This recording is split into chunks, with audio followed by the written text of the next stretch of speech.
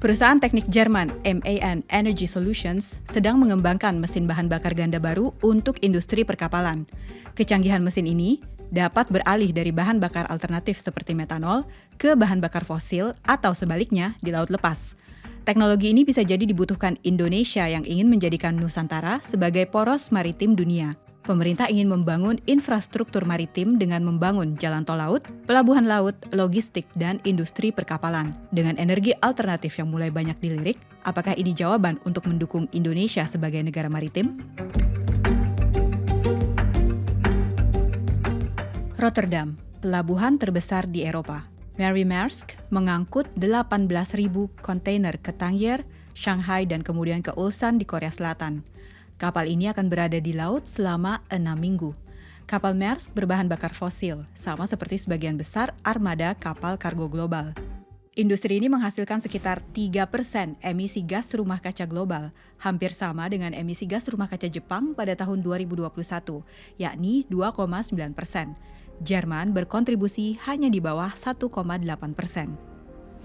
Dan emisi akan terus meningkat. Sekitar 11 miliar ton barang dikirim setiap tahun. Angka tersebut akan meningkat 3 kali lipat pada tahun 2050. Tetapi Maersk berencana menggunakan bahan bakar sintetis metanol sebagai alternatif untuk bahan bakar minyak tradisional. We know it can work because the engine technology is actually proven. There's an engine out there that we can order. And also from an operational and safety perspective, it's a very manageable fuel. Perusahaan teknik MAN Energy Solutions sedang mengembangkan motor bahan bakar ganda baru untuk industri perkapalan. Mesin ini dapat beralih antara bahan bakar alternatif seperti metanol dan bahan bakar fosil di laut lepas jika diperlukan. Hanya bagian atasnya saja yang berbeda dari mesin diesel biasa. Itu adalah sistem injeksi untuk bahan bakar sintetis seperti metanol.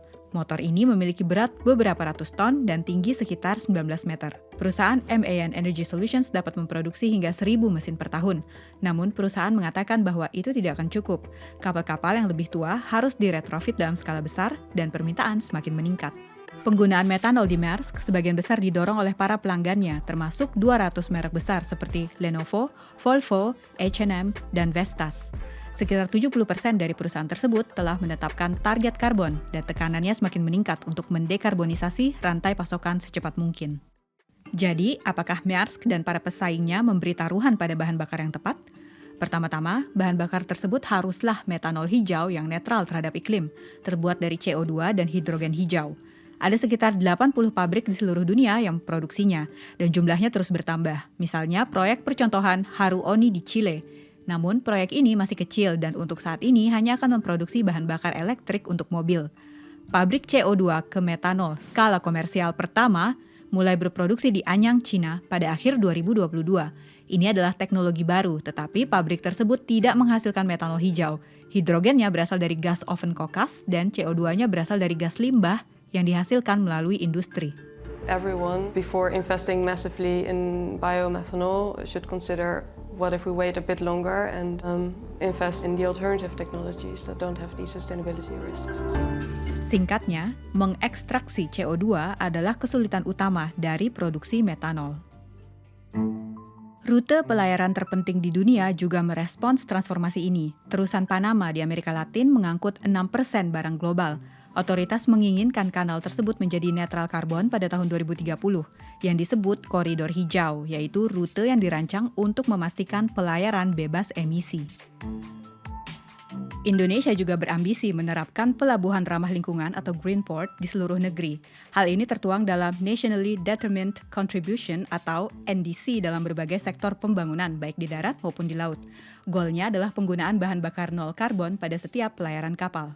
Transformasi sektor perkapalan akan berarti biaya investasi yang tinggi. Sementara harga kapal konvensional adalah sekitar 200 juta dolar Amerika Serikat, kapal mesin bahan bakar ganda generasi baru berharga sekitar 20 juta dolar Amerika Serikat lebih mahal. Dan menurut konsultan bisnis McKinsey, transisi ke bahan bakar sintesis akan meningkatkan biaya pengoperasian kapal sekitar 40 hingga 60%. We are also expecting that over the next couple of years that we will not be able to recoup the entire additional cost for the green fuels because the first couple of years, they're quite expensive. But we do actually expect that we will also have to cover some of the cost ourselves, and that's also only fair. Keuntungan perusahaan ekspedisi telah meroket selama beberapa tahun terakhir. Pada tahun 2022, laba bersih Maersk mencapai 29,7 miliar dolar Amerika Serikat, 60% lebih banyak dari tahun sebelumnya. Pelabuhan yang ditutup di Cina karena pandemi COVID-19 telah menyebabkan masalah rantai pasokan yang sangat besar. Harga transportasi peti kemas meroket.